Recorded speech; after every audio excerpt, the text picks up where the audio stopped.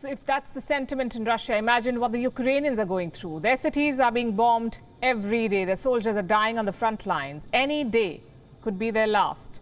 Ukrainians are frustrated and helpless. Frustrated because their so-called allies are not 100% committed, and helpless because their pleas are falling on deaf ears. This next exchange sums up both emotions. It happened in Warsaw, Poland. British Prime Minister Boris Johnson was visiting the city. His mission was to bolster NATO defenses. Listen to what a Ukrainian activist said to him. Because you are afraid. Because NATO is not willing to defend. Because NATO is afraid of World War III. But it is already started. And these are Ukrainian children who are there taking the hit. You're talking about more sanctions, Prime Minister, but Roman Abramovich is not sanctioned. He's in London. His children are not in the bombardments. His children are there in London. Putin's children are in Netherlands, in Germany, in mansions. Where are all these mansions seized? I don't see that. I see that my family members, that my team members are saying that we are crying. We don't know where to run. This is what is happening, Prime Minister. How do you respond to that? The West says it is imposing maximum sanctions, but Putin's soldiers are still on the march. In fact, the bombing has escalated. So what exactly have the sanctions achieved? They may cripple the Russian economy in the next couple of months, but by then Ukraine may well be under Russian control. By then hundreds of Ukrainians will be dead. The fact is these sanctions are a punishment. If the West wanted Putin to be deterred, they should have acted earlier. Cut off the Russian war machine, armed Ukraine better. Instead, they just threatened sanctions. Going back to what happened in Warsaw, take a look at how Boris Johnson responded.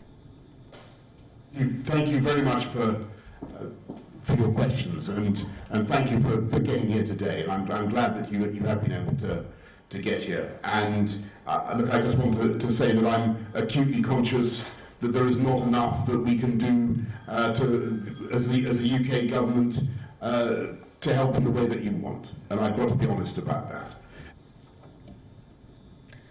Let me translate that for you. We have done all we can, now you're on your own. Is that really true? Has the West really exhausted all its options? On the face of it, yes. Their sanctions are direct and biting.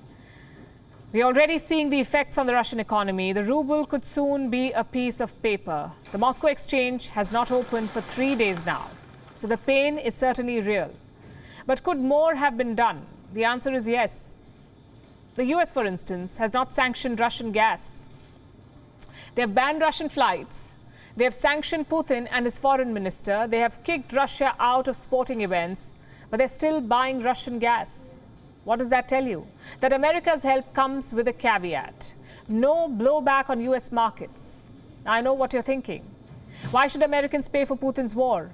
Why should the US sacrifice its economy for Ukraine? Well, consider this. America wants Ukraine on their side. They see Ukraine as a future NATO member, which means Washington sees Ukraine as a core strategic interest. And if that is the case, you must make sacrifices.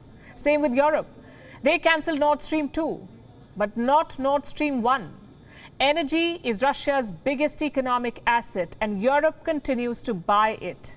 Also, military support. On Sunday, the European Union had promised fighter jets for Ukraine. Their leaders would not stop talking about it. Listen to this. And certainly we are going to provide, we are going to supply arms, fighters. We are going to provide even fighting jets. We are not talking about just ammunition. Sounds aggressive, doesn't it? Well, guess what? Ukraine is still waiting for those fighter jets. In fact, some reports say the plan has been dropped now. And this sums up Western policy. Tall promises, powerful words, but very little action. The fact is, the West could have done a lot more. The sanctions could have come sooner. The military aid could have been stronger. The diplomacy could have been better. Instead, they gambled with Ukraine's fate. WION is now available in your country. Download the app now and get all the news on the move.